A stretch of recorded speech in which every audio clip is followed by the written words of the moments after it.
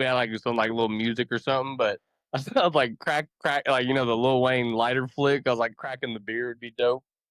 Just like, all right. Welcome to the Front Porch Podcast. Yeah. What did I say in that text message to you? I feel like that should be our opener. Was it? Yeah, let me see. Where football meets front porch wisdom, just two dads calling plays on life, talking college rivalries, NFL Sundays, and everything in between. See, I think that's a great opener right there. All right, well, Just starting right there. there And you like, go. all right, well, we're going That's There it. All right, let's kick her off.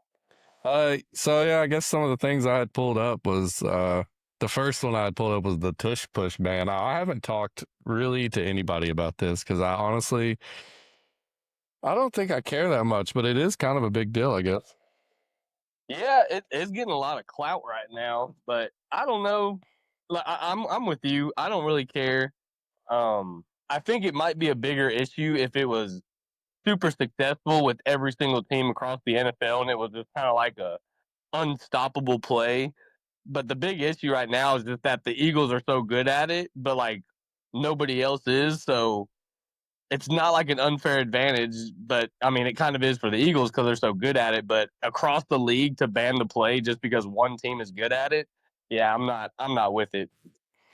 Yeah, it's definitely a target. I mean, it's obviously targeted towards the Eagles. I thought it was funny because I didn't know that the Packers were the ones that proposed the ban.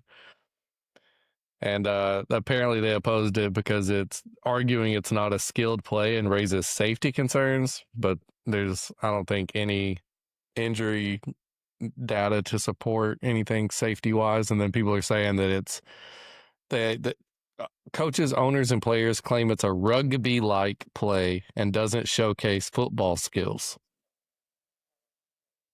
I mean, I don't know. I mean, football is a physical sport. You got big guys beating up on other big guys. Like I mean, in football, let's be honest. I'm pretty sure I don't know the facts behind this, but I'm pretty sure football was literally derived from rugby. So Maybe, yeah. it's kind of cool to have a little bit of a kind of semi tribute play to rugby with the tush push, and it's not that every team's doing it on every single play. Like it's the Eagles thing, and a couple other teams have tried it, and they're not as successful. So I just don't think that it's a big enough used play to be banning it. Like I said, now if the Chiefs become good at it, and the Bills and like if it becomes just this unstoppable force that is basically a free first down for teams, then yeah, let's talk about it. But right now, that is just the Eagles. I'm like, man, just keep it, and we'll see what happens this next year. I think maybe revisit it at another time. I think I think as long as it stays with just the Eagles doing it, I think it's honestly good for football because it encourages people to try to go out. It's the ultimate trenches challenge, right? It encourages other teams to go out and build a bigger defensive line, like change, somebody in their division eventually is going to change their style of defensive line and have a package of just massive big boys that they drafted to try to stop this signature Eagles play. Yeah. Well, I'll say this to maybe we don't need to ban the tush push, but I think there needs to be a rule change on the defensive side of the football because as of right now, defensive players are not allowed to push other defensive players during the play. So I think that it's an unfair advantage to the offense. If they're allowed to tush push, then I think the defense should be allowed to tush push. And so that's kind of the area that I think, okay, if we're going to make a change, well, if the offense is allowed to push players forward, I think the defense should also be allowed to push players forward. To me, that's only fair. Yeah, well, the vote was tabled in April. It requires 24 of 32 team owners to vote in favor to ban it. But it's kind of been put to the side, so I guess there's been just as much argument amongst owners as there is for everybody else. So I don't think it's gonna like change the world of football, but it's one of those kind of weird GAs that they're trying to get through. I'm like you. I'm indifferent. If they keep it, cool. If they get rid of it, cool. Like I really don't care. it's not a very exciting play. So if they got rid of it, it's like, okay, cool. Now we got to, see them actually run the football with the running back Yeah. or whatever, throw the, it'll definitely make things a little more interesting. But again, who are we making it interesting for? Just the Eagles games? Because there's no other team that runs it like the Eagles do. So yeah, it's a weird situation right now with the tush push. The only exciting part about it is that build up of like, is the defense finally going to shut it down? And Yeah. Well, and we saw the Bills try to run it against the Chiefs in the AFC Championship game, and now I think he got the first down, but whatever, they said that he didn't get the first down. So, yeah, the Bills tried it, it didn't work. So, like I said, it's not this just it, unstoppable cheat play. Like no other team outside of the Eagles have perfected it to where it's just unbeatable. So, right. yeah, I don't know. Well, like I said, that was brought up by the Packers. I guess speaking of the Packers, another thing that I had was I until I started kind of looking stuff up, I didn't realize that there was this much hype around the Green Bay Packers off season, which I mean they signed who'd they draft? They drafted that kid, number 23 overall, Golden. Yeah, Golden. Yeah. They drafted him. Obviously, you know, they added Isaiah Simmons at linebacker. Not a lot of people left through free agency. They kept most of their people. Jordan Love, I think, is going to continue to climb uphill. I mean, I think Yeah. they had a really good offseason and people are talking about it. So, Well, I think that this is kind of a show it to me year from Jordan Love. I mean, he's been good the past couple seasons, specifically last year. Um, so is he legit? Because they really haven't had a great receiving core. I mean, I think they've looked great. I don't know. I wouldn't say great, but they've had media. Romeo Dubs, of course, Christian Watson. If he can stay healthy, that'd be great. But now that they have a true number one or maybe a true number two, either way, adding Golden to the mix, I think now it is. And of course, you got Josh Jacobs in the backfield. So I do think now it's like, okay, Jordan Love, if you're legit, now it's time. You should at least be divisional round or better playoff wise this year. That's kind of the expectation. I think 11 or 12 wins and making the playoffs, and at least bare minimum winning a playoff game and making it to that divisional round. Obviously, if they exceed the expectations, maybe win the division, beat out the Lions. And I don't know how much I expect from the JJ McCarthy Vikings, but to me, with Detroit losing both of their coordinators, we'll see how much that affects them. But to me, I guess you kind of look at it like this is sort of the Packers' division to win this year. I mean, at least that's kind of how I see it. yeah. Well, I mean, I think that's why there's so much hype around them is they very well could win their division. And I know I was looking at their predictions. They're predicted 6-2 at home. Um, they addressed pretty much every need they had, and as long Yeah, as those young people they picked up can develop, I don't see. I would look up their schedule real quick, but they yeah. I'm should about to have say, a. They should have a. here's the schedule was. I'm actually pulling up their last year's schedule. I'm kind of curious. I mean, obviously we watched the whole season, but it's sometimes fun to go back and look to see what they did. So they opened last year against the Super Bowl, soon to be Super Bowl champion Eagles, and they played the Eagles 34-29. Now that was week 1, Yeah, but so they can play with these top teams. They beat the Rams last year, which was a playoff team. They beat the Texans. They did lose 24-14 to the Lions. Um, beat the Niners, whatever. They lost 34-31 to the Lions the second time around. that's actually So they played some good football. their opener's kind of tough. I mean, they play Lions first game of the year, and then they play Commanders. Then they got That's two huge games right there. Yeah, and then they got Browns, Dallas, Cincinnati, Arizona, Pittsburgh, Carolina. So I mean, other than Detroit and Commanders, we don't know what the Browns are going to do. Dallas, that's still going to be a good game. It's a primetime game as well. Uh, Bengals, not an easy game. I mean, they don't have a super easy schedule. They got a few. So through the first 5 weeks, what do you think that? Let's see.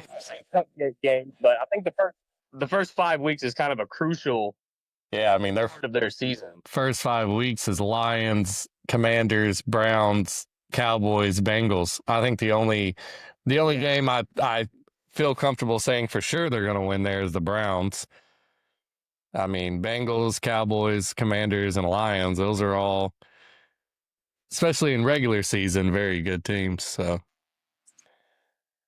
Yeah, I mean, do you got to come out of that 5 game stretch at 3-2? Can they get by at 2-3? What do you think that yeah, they should look like after 5?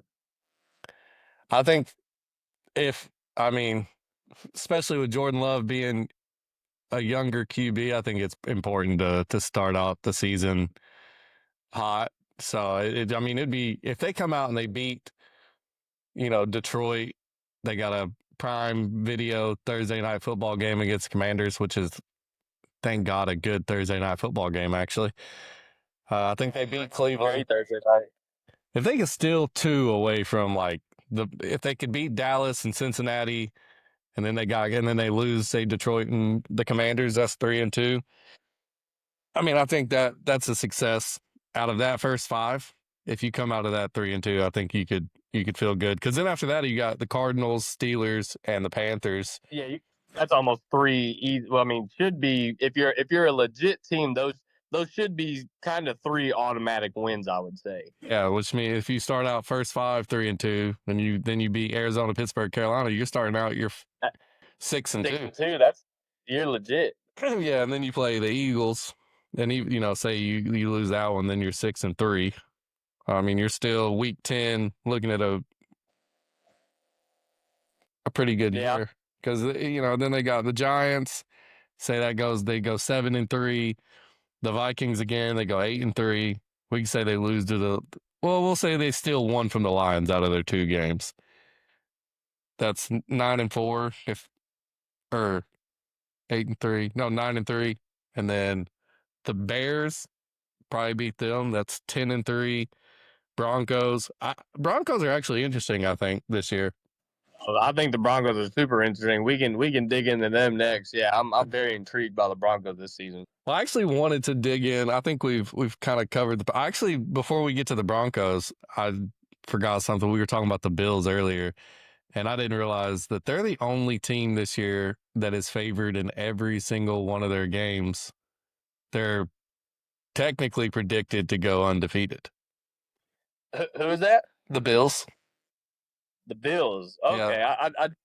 I do think I think I saw something. They do have a easy. I don't want to say easy schedule. There's really no such thing as an easy schedule in the NFL. But as I'm scrolling through it right now, I mean, minus the Ravens in Week 1, you got the Chiefs. I'll give the Buccaneers their respect. The Texans. I mean, they do play the Eagles. I mean, are they favored against the Eagles? Yep, they're the only team in the NFL that's favored in every single game this year that they play. Well, I think that's stupid by the odds makers, because that's just unrealistic. But I mean, when you look at their schedule, like I said, I see the Ravens, the Chiefs. We'll say Bucks, because I told you last night I'm big on the Bucks. Texans 4, so Eagles. So they probably got 5 games that I think are very tough games for them to play. Outside of those 5, I mean, I'm not really threatened by the Dolphins. We'll see what they are this year. I think everybody sort of hopped off that gravy train. I don't know how much I trust Mike McDaniels and Tua, and I just don't. That team don't do it for me anymore. But yeah, I mean, like I said, you look at their schedule; it is a very favorable schedule for them this year to come out with a very, very good win-loss record. Yeah, they're favored to beat the Ravens by 1.5, and they're favored to beat the Eagles by 1.5. The rest of them, they're favored pretty heavy. I mean, obviously the Jets 8.5, Dolphins 8.5, Saints 12.5. Yeah, their lowest is the Eagles, the Ravens, and then they're favored by 3.5 at the Texans. Oh, here we go. Chiefs 2.5. But yeah, favored in every single game. I mean, I don't think the odd books like take into account that they're predicting week 19 or week 18, I mean, and uh they're not thinking about the first 17 weeks. They're just doing it literally game by game. So the odds of them going undefeated is very slim, but if you just dissected each game individually, I think being favored at the I don't know if it's at the Eagles or at home. Oh, it's at home. So they play the Eagles at home, favored by 1.5. I don't think that's crazy. So I mean, so and honestly, I feel the same way when I think about the Bills. Like I said, individually, I think the Ravens. I mean, of course, they did beat the Ravens in the playoffs last year. So, but I guess, are we looking at the Bills as like a top four, a top two team in the NFL? I mean, because if you look at the Bills and Chiefs, I know everybody's sort of predicting maybe a semi downslide by the Chiefs this year, which is kind of stupid on all of our parts to think that the Chiefs are ever not going to be amazing, because even in their worst year, as we talked about last night, even in their worst year, they go to the Super Bowl. So yeah, the it won't thought of the happen. Chiefs fighting is kind of ironic. But so are we really? Is everybody really looking at the Bills as like the team this year? I mean, are they going to just be everybody's Super Bowl prediction? I mean, so obviously they're definitely going to win the AFC East. I have no doubts about that. And then you got to look at, you look at the AFC West, which is another topic we have up here, is they're kind of the Chiefs are not as dominant in the West as the Bills are the East anymore. I mean, I don't, we were, again, this would lead into our Broncos talk that you want to talk about too. But the Raiders, they're kind of a rebuild team. The Chargers with Harbaugh, AFC West is starting to look more competitive. And then, the AFC North is super competitive. Well, at least between the Ravens and the Bengals for now. South, you got Texans. I think the Colts are another, I didn't mention it last night, but I think the Colts are another sleeper team that I think is going to be a lot better than what people think this year and could give the Texans a run for their money in the South, along with, we'll see what the Titans. Do you really? Let's take a quick stop. Let's take a quick break right there where you talk about the Colts. You're high on the Colts, huh? Yeah, yeah. I mean, I think they had a good I think they have a good baseline and then had a good off season. I'm gonna pull up exactly. Now I don't. We both know how I feel about Anthony Richardson. I don't know if he's like the guy, but I think he's good enough to cause some problems in their division. I'm not saying the Colts are going to be like insane, but their only competition in their division really is the Texans. Um, they added Charvarius Ward at cornerback, um, Bynum at safety. They added some pieces to their defense. They signed Daniel Jones, who's competing with Anthony Richardson. I don't know if I don't think Daniel Jones is going to get the job, but I think he could definitely make that quarterback room better, and in turn make Anthony Richardson a better quarterback who already has the athleticism, just needs to grow as a quarterback. So again, I'm not super high on him, but they just got that tight end. They drafted the tight end from Penn State.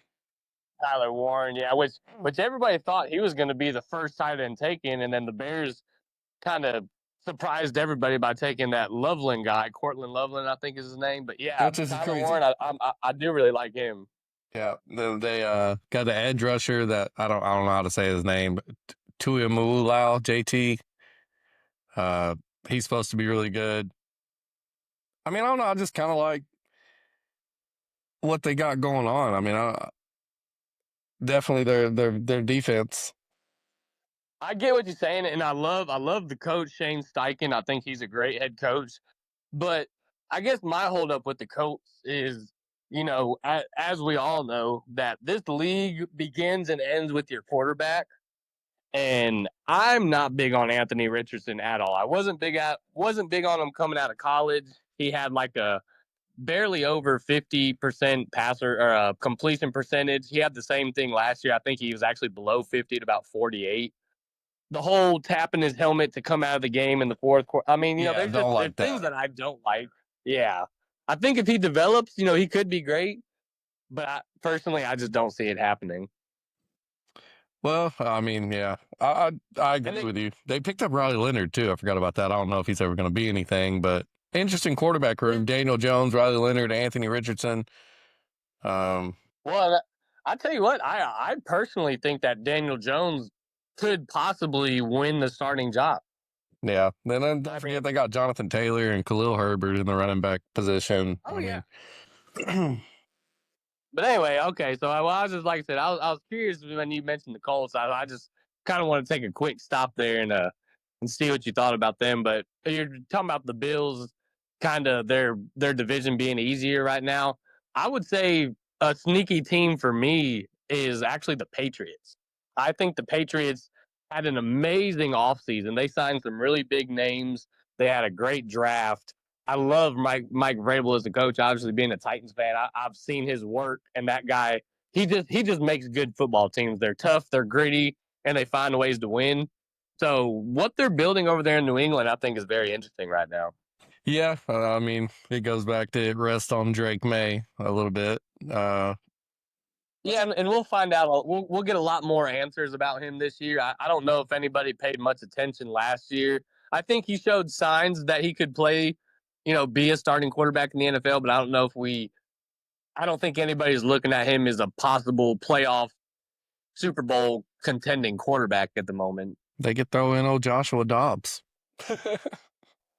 Hey, Hey, look, Boy, he's the smartest quarterback in the NFL. Well, they call him the pastronaut. Yeah, The pastronaut, man. I mean, dude, let him take. Hey, if you shoot for the moon, even if you miss, you land amongst the stars. Exactly. Hey, take a ride with the pastronaut and see what happens at Drake May getting it done. But Yeah. anyway, that's the team that I'm gonna have my eye on for sure this year. I think maybe the Patriots are kind of my Colts for you. I think maybe a lot of the Patriots are probably on a lot of people's radar. So I'm not saying that I'm some football guru, but I do like what the Patriots are doing over there, and I think that they might end up finishing second. I don't know. Like I said, I don't know what the Dolphins are going to be. The Jets, the Jets are the Jets. I do like, I'm interested to see if Justin Fields can maybe find his footing over there, even though no quarterback in the history of football has ever found their footing in the New York Jets. But Yeah. I do think the Patriots could be that second team coming out of the AFC East. Yeah. I mean, that's the thing about the East is I think the Bills are the only team I think that is concreted in as like, okay, we know that this team's going to be good. The other ones are just toss ups. Like, again, I go back to North. We know the Bengals and Ravens are going to be good. In the South, we know the Texans. Well, I'll say that we really only know the Texans are going to be good. The Jags and the Colts and the Titans are, who knows. And then in They're all kind of toss ups. the West, I guess we only know that the Chiefs are going to be good, but I think Let's dive into the West because as we've kind of been dancing around it a little bit. That's an interesting division this year. Do you think this is the year that somebody other than the Chiefs wins the West? So, I mean, I'm still like hanging on to being high on the Chargers, but because I obviously I love Jim Harbaugh, and then I still really like Justin Herbert. They hired new offensive coordinators, defensive coordinators. Both, I believe, were friends of or had worked with Jim Harbaugh before, and then they drafted Omarion Hampton. The Chargers are just constantly adding better pieces, but then the Broncos are really the interesting one, I think, as we talked about earlier. I'm starting to like Bo Nix more and more, especially after last year. They had that, I mean, I don't know how else to say, a surprising playoff appearance. No, I don't think anybody really. I think that shocks everybody for sure. And then I think they just have a good They got a strong defense, and They do have a great defense. their offensive line's really good, giving Bo Nix plenty of time. And then, yeah, I don't know. The AFC West, I don't think the Raiders. I don't think Pete Carroll is just gonna turn them into immediate division. Like, I think the Raiders are going to be in last place, but we'll see. I mean, I don't think that this is even a question, but when you look at the head coaches in the AFC West, it is. I don't know if we've ever seen anything like this. I'm sure there's been great coaches throughout a division over the past few years or whatever. But you think about, we got Andy Reid, like you said, Pete Carroll, Sean Payton, and Jim Harbaugh. Yeah, that's an insane lineup. Like, I mean, all four of those coaches have been to and won, except that I don't think Jim Harbaugh won. He lost to his brother John when it was 49ers Ravens during the blackout year. But all four have been to a Super Bowl, and three of the four have won a Super Bowl. Like, that's unheard of. I don't know if that's ever happened. Yeah, all four of them are Hall of Fame coaches. Yeah. And they're all competing now against each other in the same division. Which is playing each other twice a year, which is just awesome. I think that's awesome for the West, and I'm glad that those teams made moves because I mean the whole NFL has been surrounded around how do we take down the Chiefs, and there's no other three teams across the NFL that's more tired of the Chiefs than the Raiders, Chargers, and Broncos because they can't fight the fucking year. Yeah, no doubt. So. Yeah, I don't know. Like I said, I do like what the Chargers are doing. I'm never going to bet against the Chiefs. So if I had to make a prediction today, I'm going to say the Chiefs win the West. That's just, it is what it is. Until I see otherwise, I'm not betting against them. But I do love the Chargers. I love Jim Harbaugh.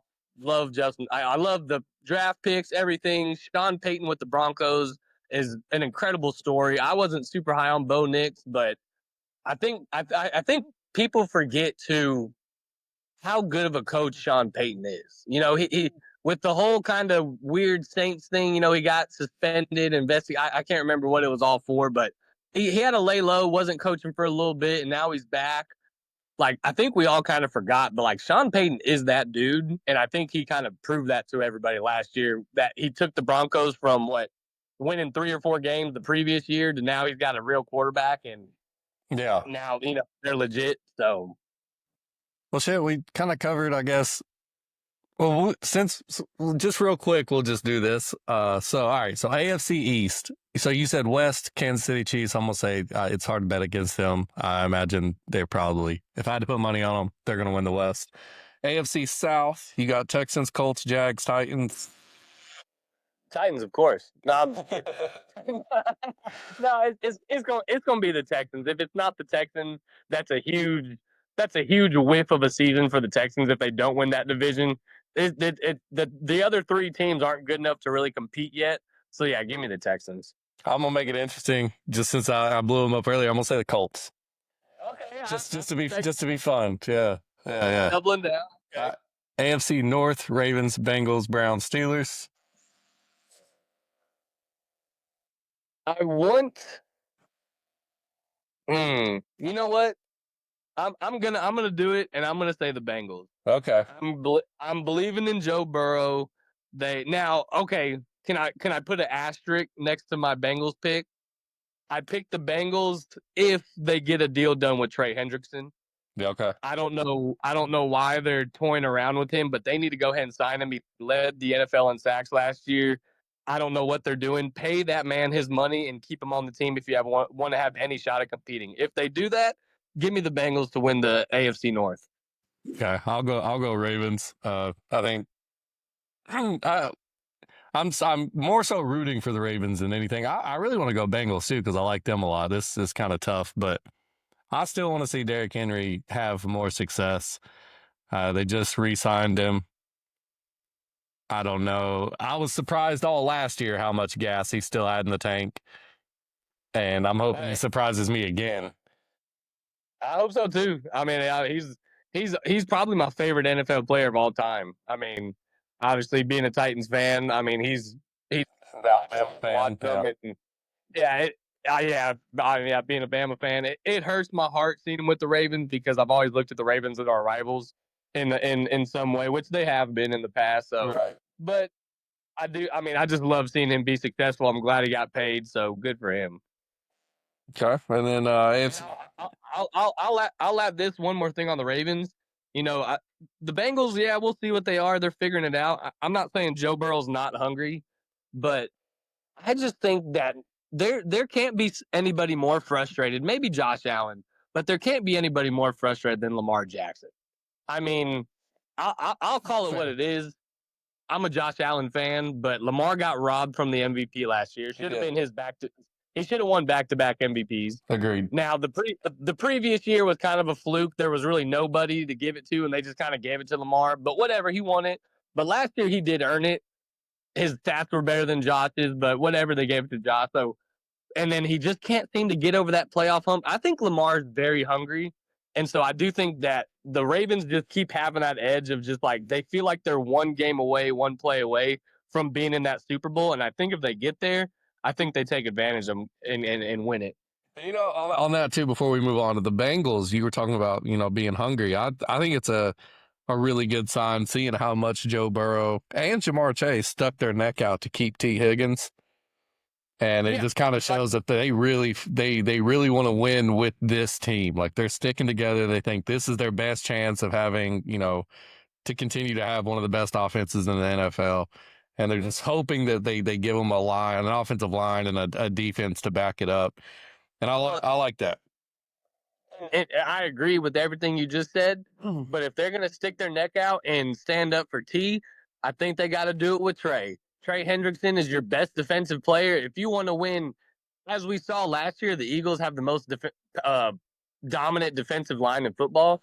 You have to be dominant on the other side of the ball and get after the quarterback. And Trey Hendrickson does that. So if they're serious, like you said, they stuck their necks out and stood behind T to get paid. I agree. They need to start speaking up against this ownership to pay Trey for the same reasons. Like I said, this is your window. You have everybody here. Keep it. Run it back. Hopefully another year or two. Yep. But yeah, you got to pay that man. I agree. And then AFC East, we already kind of talked about it. We're both going Bills. I mean, there's Dolphins, Patriots, Jets. I think that's probably the easiest one to pick. I mean, you could say maybe the Texans in the South. I don't know, but I do think. I mean, this is the Bills' window. I mean, well, I think as long as Josh Allen's on that football team, they're always going to be in their window. Kind of, stealing a quote from Joe Burrow, but yeah, it's just we've all been waiting, kind of similar to the Ravens, but I don't know why. And maybe it's because I do like the Bills more than I like the Ravens, but to me, it feels like people are more so waiting for the Bills to finally break through that barrier than the Ravens. Do you get that sense? Like we're waiting for the Bills to make that leap into the Super Bowl more than we are the Ravens, even though they're both essentially in the same exact spot. So I think the reason people are waiting more so for the Bills, because we've already seen them win, and then they just lost to a coin flip. We've already seen them beat the Chiefs. I mean, you can't beat the Chiefs as close to not beating the Chiefs. We saw them win already, and then it was ripped away from our hands, like it was a Mandela effect. Dude, yeah, you. What world are you living in that the Chiefs weren't going to win that game? Yeah. Y'all really thought? Yeah, that was crazy. Woke up the next day and I would have told anybody I knew, no, the Bills won that game. What are you talking about? And it was like, no, they ripped it away from us. You could have burned me at the stake, and if I didn't see those last 13 seconds, I would have said the Bills won that game. Fact. Like I would have died fighting for that truth. Yeah, so I think that's a big reason. Is like, I mean, I know the Ravens have done better than the Cowboys, and I always compare teams to the Cowboys for whatever reason, but they're America's team, though. Yeah, right. A lot of teams that just don't find success in the playoffs, and over time, as you watch them continuously shit the bed in the playoffs, you kind of start to lose that little bit of faith. You're not quite watching them as hard. We're like the Bills. I don't think we have that taste in our mouth. We don't feel like they shit the bed. Everybody thinks that they got robbed, which is a totally different. Which they didn't get robbed. I mean that's the rules of the game, and it was a coin flip. But even in this last year, I mean that I kind of touched on it earlier with the tush push. I think Josh Allen got that first down when they ran that QB, and that to me that was kind of also that kind of little the Josh Hail Mary to Dawson Knox. He should have caught that ball. I think it was either Dawson Knox or their other tight end. I think it was Dalton Kincaid actually, but he should have caught that pass. But that fourth down play where they said that Josh Allen did not get the first down, I think that changed the entire game. And if they would have called it, in my eyes, correctly and gave them that first, I think they do win that game. So yeah, that's another one of those kind of 13 seconds left coin flip. I felt like they did get robbed again in the AFC Championship. Yeah. So yeah, I mean, yeah, like I said, I think that's the reason why, to answer your question, why everybody watches them a little bit closer than they do teams like the Ravens. They've been a little closer. Yeah.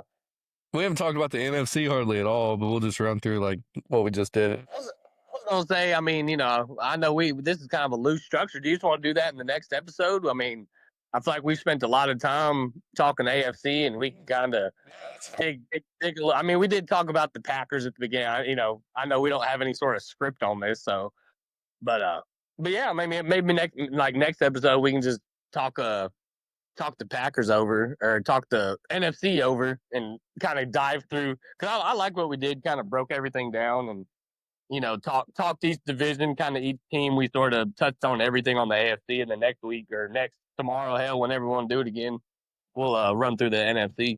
Okay. And I figured at the end of every episode, we'll probably talk more about NFL than we do college because, like you said, we just don't watch. There's not enough local coverage on college, but I figured we could end every episode with just some like major college football storylines, stuff to kind of look at. Yeah, I'm down. So some of these that I found, this is kind of like quarterback battles, which, it's Alabama who will replace Milroe. How will Gunnar Stockton perform at Georgia? Is Carson Beck going to be good at Miami? This Julian Sayin, the transfer from Alabama going to Ohio State, is huge. And then, you got Nico at UCLA and that whole thing. There's a lot of quarterback shit going up. Arch Manning starting his era at Texas. A lot of quarterback stuff going on. I don't know if you had any thoughts on any of that. No, I think the one that I'm probably most intrigued by, now obviously being a Bama fan, I'm very intrigued by Alabama's quarterback situation. Right. But when we talk about maybe the biggest position available is probably that Gunnar Stockton at Georgia, because I get they didn't have probably the most memorable season last year, but like Georgia has been that team the last 3, 4, 5 years now. I mean, like they are that team. Like I know Ohio State looked amazing at the end of the year last year. Of course, Alabama's been great with Saban and all that good stuff, but Georgia's been that team. So who's this Gunnar Stockton guy, and is he going to be the guy? I don't know. Do you know anything about him? I mean, has he been on the team? Did he transfer? Where'd he come from? Yeah, so he played for Georgia last year. He started in the first game in the playoffs, I believe it was. Let me double check. Yeah, okay. I do actually remember watching him now. Yeah, I remember seeing him play. Yeah. Let's see. So did they recruit him? Like I said, has he been there the whole time? No, I think he. I'm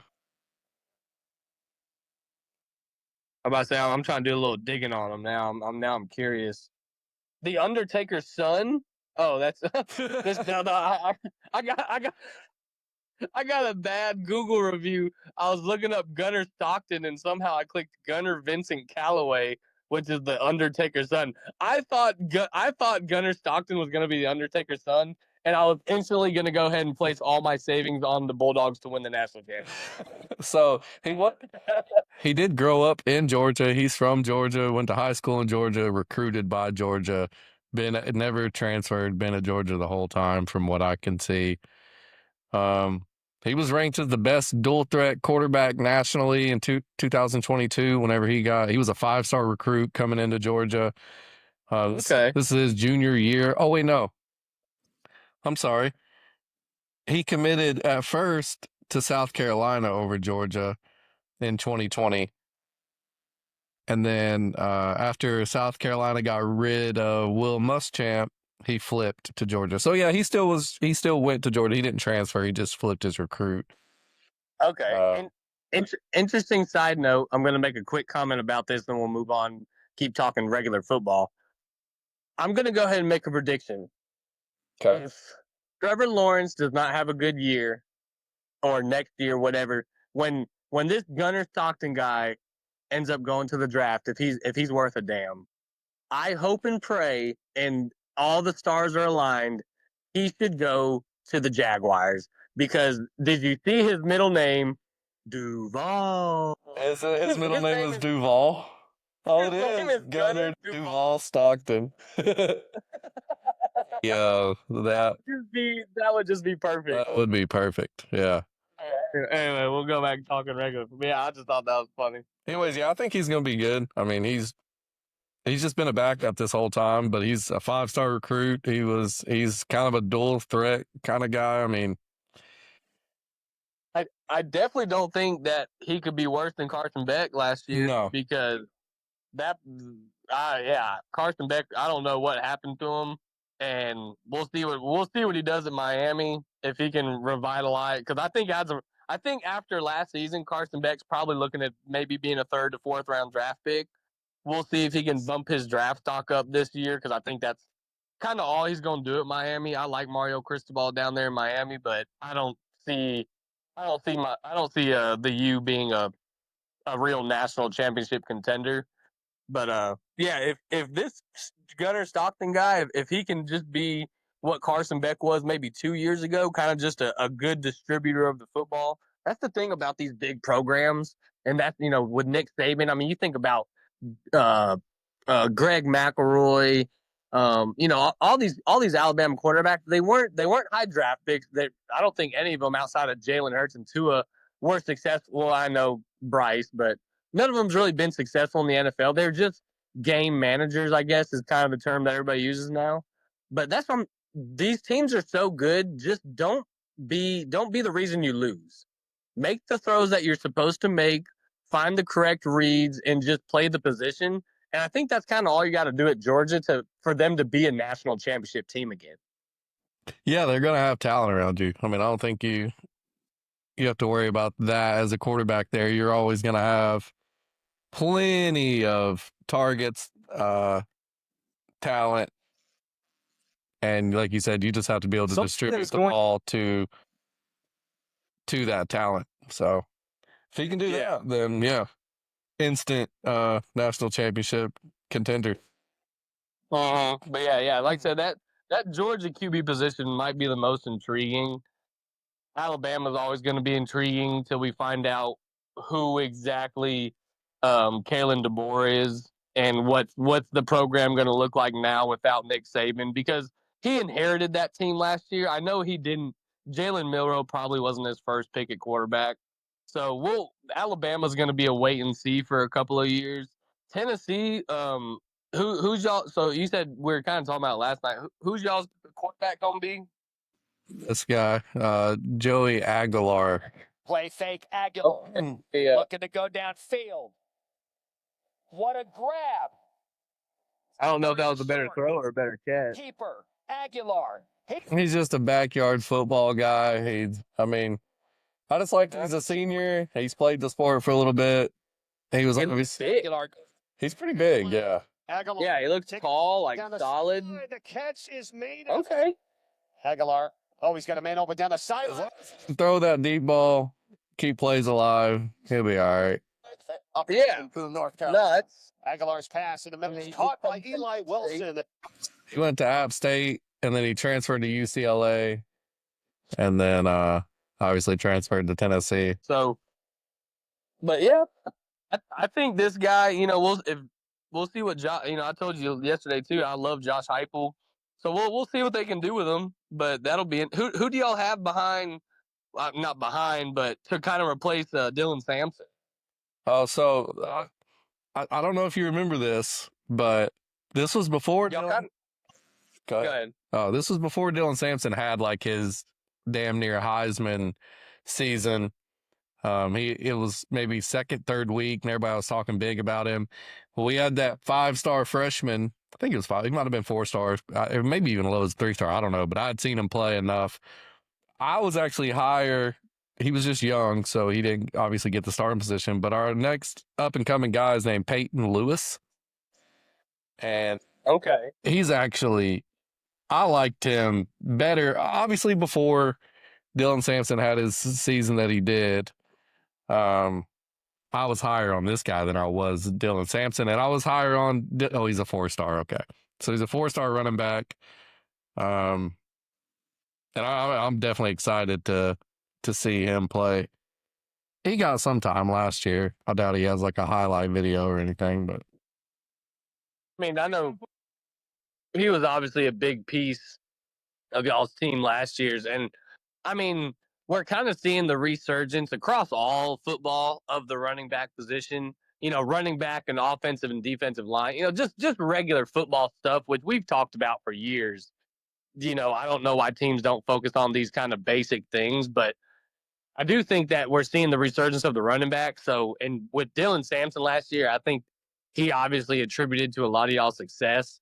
And with a new quarterback, like I said, we'll see what he is. But that's such a huge weight off the quarterback's shoulders if you have a strong run game. So I'm very curious to see if they can have similar production like they had from Dylan Sampson last year. well, I think the big thing would be not so much. I mean, yeah, the overall production, but just stamina. I mean, they really Yeah, with that high pace, no huddle offense. Yeah. I actually have Deshaun Bishop as our RB1, and then Peyton Lewis as our RB2, and he was good as well. Bishop, he's no joke either. And then we got Star Thomas from Duke in the transfer portal, which he was the starting running back for Duke. He had a pretty good year last year, almost 1,000 yards, 7 touchdowns, averaged 4 yards a carry. Whatever. Okay. At New Mexico State, he had over 1,000 yards, 5.4 yards per carry. He's a veteran. I think he's a senior, so he'll be at our RB3, kind of chilling if we need that senior leadership. Well, not to always just talk about Alabama, but Alabama's best years, we had multiple great running backs, and I think that is a very good recipe for success in any league or any level of football, whether it's middle school, high school, college, or NFL. But if you can have some workhorses back there that can run the football and you can keep them all fresh, so you're talking about all this depth at running back. If they really do have some guys back there, I think you just really got to lean on them, and then, like I said, allow your quarterback to make plays, through the play action and take that pressure off your quarterback. It's such a quarterback driven sport now. Everything begins and ends with the quarterback. But it's like, dude, if you can take that pressure off your quarterback, look at Ryan Tannehill with the Titans. I mean, when you have an MVP caliber guy at running back, it just makes his job so much easier. And they don't have to be the best quarterback, but they will look like one of the best quarterbacks if you have a strong run game. So that could be the recipe for success for Tennessee this year.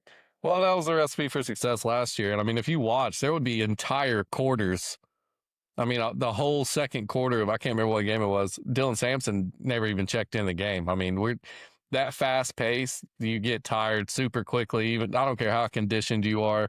So we've always, I mean, Deshaun Bishop and Peyton Lewis, they played all the time last year, just rotating them with Dylan Sampson. There was 3 running backs just constantly in rotation. So, well, and y'all's defense, your defense and run game was Tennessee last year, and that's why it was so upsetting against Ohio State in the playoffs. It just seemed like your defense was non-existent. You were giving up deep throws, and it seemed like they could do whatever they wanted against y'all. And it's just like, man, this is not the Tennessee defense that we've seen all year long. So that was a little disheartening. It was definitely frustrating. I don't even want to talk about that shit. We can go ahead and move on from.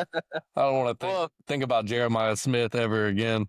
I had a question, and we'll wrap this up with the SEC. Real quick before I ask you this question. Well, I figured if we did AFC, NFL today, and SEC college today, maybe next episode we'll do NFC, NFL, and we can do Big Ten college next time. Yeah. That way we're kind of, But is there? And we mentioned it's so hard to keep up with these teams and know, in college, know if they're going to be good and who's going to be what, because there's no coverage on it. We don't really know what these guys are. There's no Anyway, do you have a sleeper SEC team, that might be in the championship this year, or just has a comeback season or something like that? Outside of the usual, we got Bama, Tennessee, Georgia, but is there, like, I know you mentioned earlier, maybe Florida people are high on, and I have someone that you got your eye on this year? I think it would have to be Florida. I mean, I cannot stand Florida. It's by far my least favorite SEC team of all time. I will never like Florida. But, I guess if you had to pick a team that is kind of fills that sleeper role, it's hard not to pick Florida. I think DJ Lagway is everybody's high on him for a reason. I don't necessarily think Florida's going to live up to the hype. I don't think they're going to be like SEC champs or anything. But depending on how it goes for Georgia, if Georgia doesn't, if that, Gunnar Stockton doesn't step up the way we're talking, and then they kind of have an off season, the East is sort of up for grabs a little bit. We don't have no idea what Tennessee's going to do without Nico. We lost a lot of defensive players. Obviously, as a Tennessee fan, I like to be high on them, and I think, we still have a good chance of being top 12 at the end of the year, but you never know. They got us, we finished 7th last year, lost some pieces, probably drop us down to 14, win a couple of big games, we're in the playoffs. Yeah. But that's really it. I got 3 quarterbacks that I want to touch on real quick. Florida's an interesting one because, like I said, there's a lot of hype around them, and that I don't know about them, but there's 3 quarterbacks I want to ask you about, and 3 teams in particular. These are kind of all sort of sleeper teams that I sort of have an eye on. South Carolina was amazing last year, and this Lenora Sellers guy. Yeah. I don't know if he was the best. He's very mobile. That's kind of his game right now. And I think he was a freshman last year. He was either a freshman. I know he's young, but so this is his second year in that offense. South Carolina was one of those teams last year that you did not want to see at the end of the season. No. They were cooking. So do you think they could be legit? I know we don't know much about South Carolina, but I'm sure you watched some South Carolina last year. You think this Lenore Sellers guy can take them to the playoffs at least? I think being in the playoffs now would be a huge leap for them. Yeah, I think they looked insane definitely towards the end of the year last year. And he looked really good as well. I like South Carolina more than I like Florida, but it's just hard to argue the what everybody's saying type deal. Yeah, you just constantly get fed with this narrative that Florida is going to be a surprise contender if they can build on their momentum and da. And just DJ Lagway, they're talking about him like Heisman candidate. I don't know. Okay. I know a lot of people are talking about Missouri as well. Missouri was great last year. They obviously lost Luther Burden to the draft, which he was kind of the heart and soul of that team at receiver. But they'll be an interesting team to keep an eye on. And this is the second team I want to ask you about, second quarterback. Do you think that they will ever be legit? Because I think if they're going to be, this coming year would be the time to do so. But Vanderbilt is Vanderbilt. Obviously they beat Bama last year. As much as I hate to talk about it, but this Pavia guy, Diego. Yeah. He looks. I think I've heard Johnny Manziel was kind of his idol coming up, and he's very Johnny Manziel like. Do you think that they could be a legit contender? Probably not in the SEC, but at least for maybe one of those 12 playoff spots. I guess if you're going to be in the 12 playoffs, you have to be a contender in the SEC. But do you think that they can actually do that? Let's look at their schedule. So starting out, they got Charleston Southern, then they got Virginia Tech, and then they got South Carolina. So first big game, South Carolina. We were just talking about them. Yeah, that might actually be a lot more interesting than people think. Yeah, but the rest of their schedule, and I won't mention all the should be cupcake games, but they also on their schedule have Alabama, LSU, Missouri, Texas, Auburn, Kentucky, and Tennessee. To think that they can squeeze out of that schedule with only 2 losses is. I think 3, but I think the issue is that I see 4 really tough games for them. And not that I'm trying to dismiss South Carolina because we just talked about them, but you look at Alabama, Missouri, Texas, and Tennessee. And I mean, obviously, you can always throw LSU in there, but who knows what they'll be this year. But if they can squeak out a win, I don't know who it'd be against. I don't think they're beating Alabama again, not after last year. But if they can beat LSU and Missouri, and all they do is lose to Alabama, Texas, and Tennessee, that's a 3-loss SEC school. And I think that's enough to get them, like I said, potentially a spot in the playoffs. I mean, but that would mean that they're legit. They'd have to beat the Kentuckys, the Auburns, the LSUs, the Missouri, South Carolina. So, Yeah, dude, I mean, I don't know. I mean, from what I saw last year, I think if they've improved any at all, which I don't know if they have or they haven't, but if they have improved at any point from last year to now, I think that it's a very, very winnable schedule. If you come out of the SEC with 3 losses on the season to 3 possible playoff contenders, I mean, hey, shoot, that's not bad. Yeah, I mean, they lost to Missouri in overtime last year, 30-27. So it's not like they, got right. But they lost to Georgia State as well. They barely lost to Texas, 27-24. Beat Alabama, beat Kentucky. That's the thing with Vandy is, I think they got to learn to be consistent. You got to win the games that you are supposed to win. Yeah, if you're going to be legit. If you can't beat the Georgia States, the Utah States, if you can't beat those, and then it don't matter what the hell you do in the SEC. You got to win the games that you're supposed to win. Yeah, I think Vanderbilt in my brain is still just like Kentucky. I think they're a team that could squeak out a win again. They could ruin somebody's season every year. I just don't. I'm still not willing to put them any higher than what they finished last year. I mean, they finished 11th in the SEC standings. I think that's pretty much where they belong. And they might even be lower this year. With Oklahoma, I think. I think Auburn's going to be better than what they were last year. I think Oklahoma's going to be better than what they were last year. The people ahead of them, I don't think Florida's going to slow up. I think Missouri is going to be better. Ole Miss, obviously, they're gonna stay kind of where they're at, if not maybe a little bit better. I don't see them. I mean, maybe they pass up Arkansas. I don't really know what Arkansas is supposed to look like, but yeah.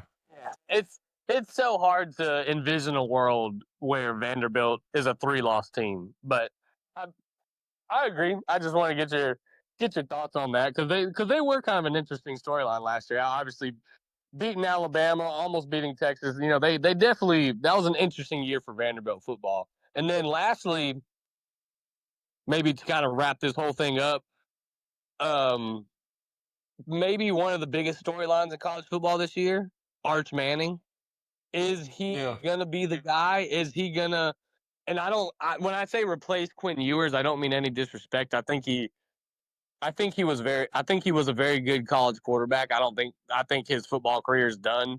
I think he's on the NFL team, but we're never going to hear about Quinn Ewers again.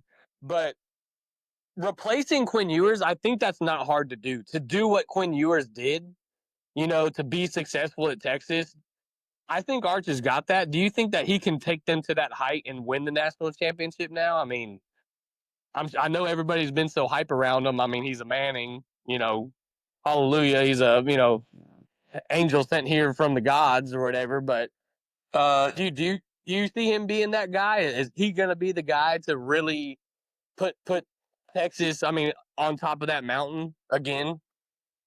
I don't. I think they have the best chance in the SEC this year to win the national championship. Texas does. Yeah. Yeah. Okay. I love Steve Sarkisian. I love what he's done with that program.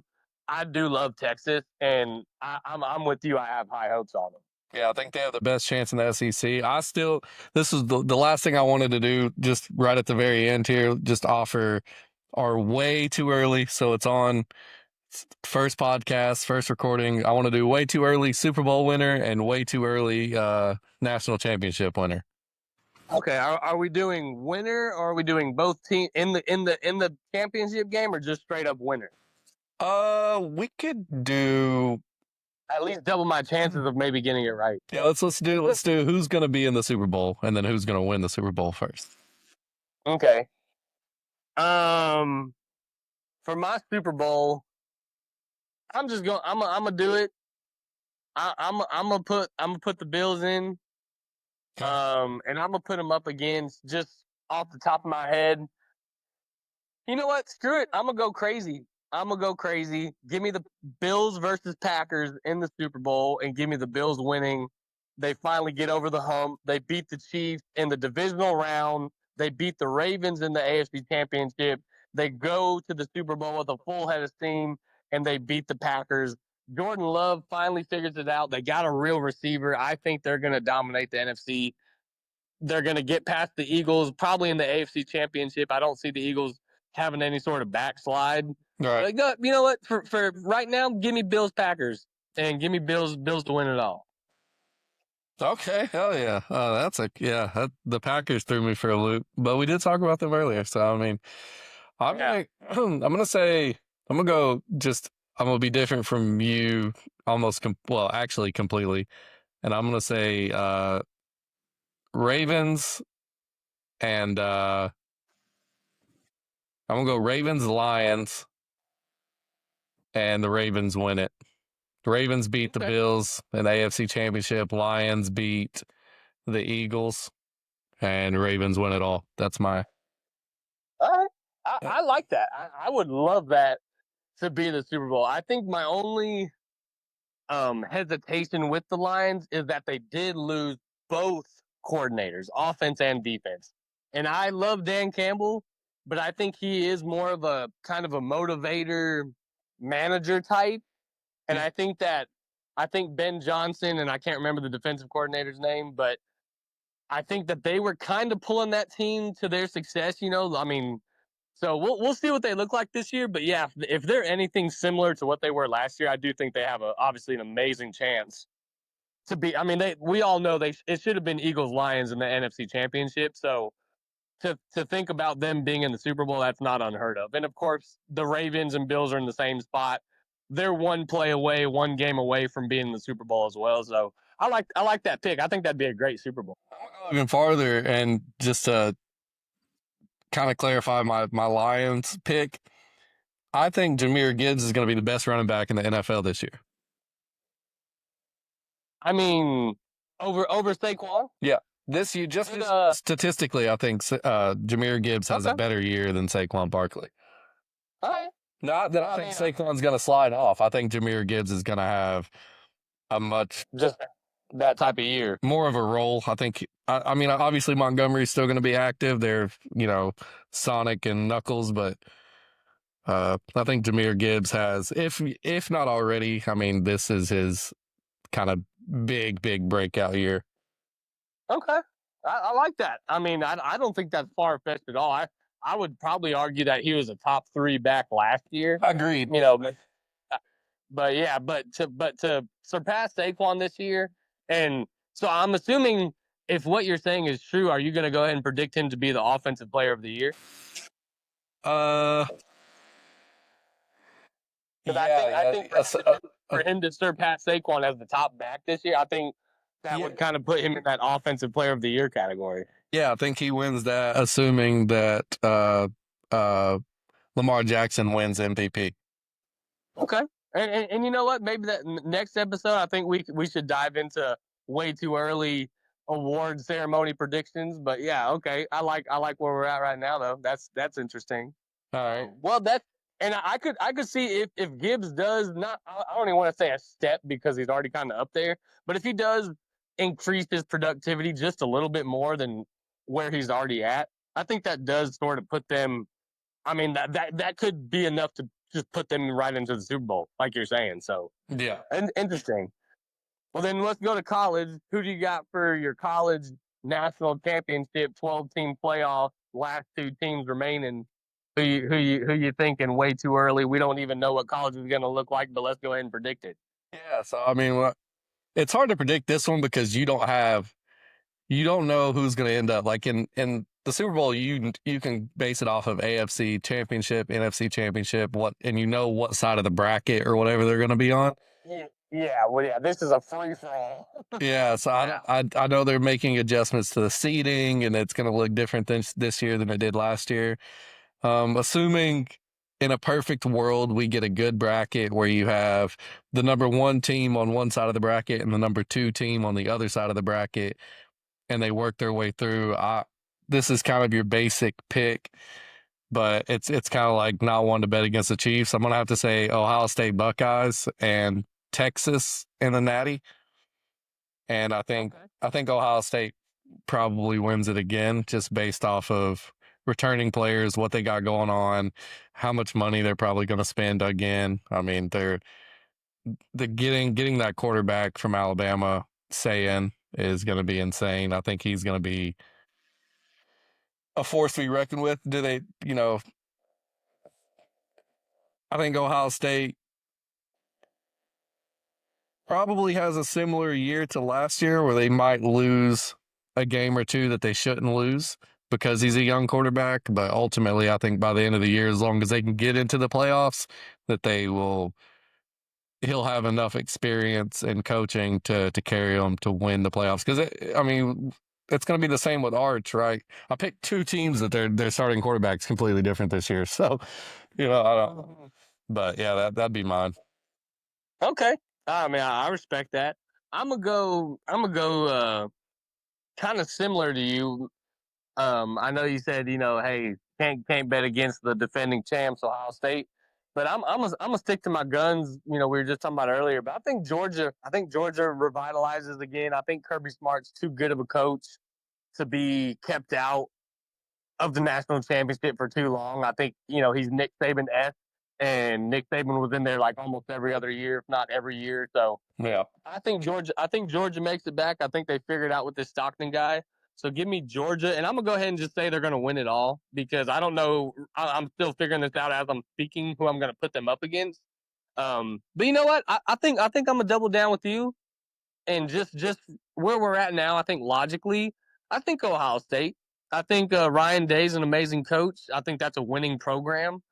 So I don't think it would be unheard of to think of Ohio State going back to the national championship. But I do think that they lose to the Georgia Bulldogs and Kirby Smart. Yeah, we're in a world right now. You pick when we're talking about this, the AFC and the NFC right now, it's Big Ten and SEC. You're going to pick one Big Ten team and you're going to pick one SEC team. Yeah. The only team that I could see maybe getting in there over Ohio State in the Big Ten would be Penn State, but they lost their tight end. They lost a lot. I don't think the Oregon Ducks are going to be. I wanted to say Penn State, and I couldn't be for those exact reasons. They lost so much this year. Yeah, Notre Dame, they lost Riley Leonard. And although I love their coach, I think Notre Dame is going to be good. They're not going to be. They probably make the playoffs, but I think they lose first round or second round. I don't know. Yeah. But no, okay. So I mean, I think for, like I said, college is so hard to predict because we don't know anything until football games are being played. But for early on predictions, I mean, I don't think you can ever go wrong with betting on the teams that we put in there. So, Oh yeah. So it's a pretty good first episode. I guess next one we'll talk about a little bit more about the NFC because they got, which I'm excited to talk about being a Seahawks fan. So, well, one of the things that I wanted to talk about today, which we'll do in the next one, was Brock Purdy's contract. Do you think it was good? Do you think it was bad? But I think that's a great talking point. Yeah. So yeah, we can visit that point on the next one. But yeah, the NFC should be fun because I think that one. I mean, both conferences are very interesting, but yeah, there's a lot of interesting storylines in the NFC that we can get to. Absolutely. And then we talked a little bit about the SEC today, so we'll dive a little bit into the Big Ten, which I'm also excited for because I don't get a lot of opportunities to look at the Big Ten the way I should. Me neither. Yeah, and definitely not preseason. Like I said, I'll pay attention to them once the season gets going. But yeah, I don't really pay attention to them preseason at all. So I'll have to do a little digging and see if I can't find some interesting points. And I guarantee there's, with Oregon being in there now, I mean, there's some good teams in the. I mean, obviously they won the championship 2 years in a row. Like the Big Ten's legit. Yep. So I'm curious to see. Find some good talking points for the Big Ten. Oh yeah, well, I'm looking forward to that one for sure. But yeah, man, is the Front Porch Podcast. Podcast.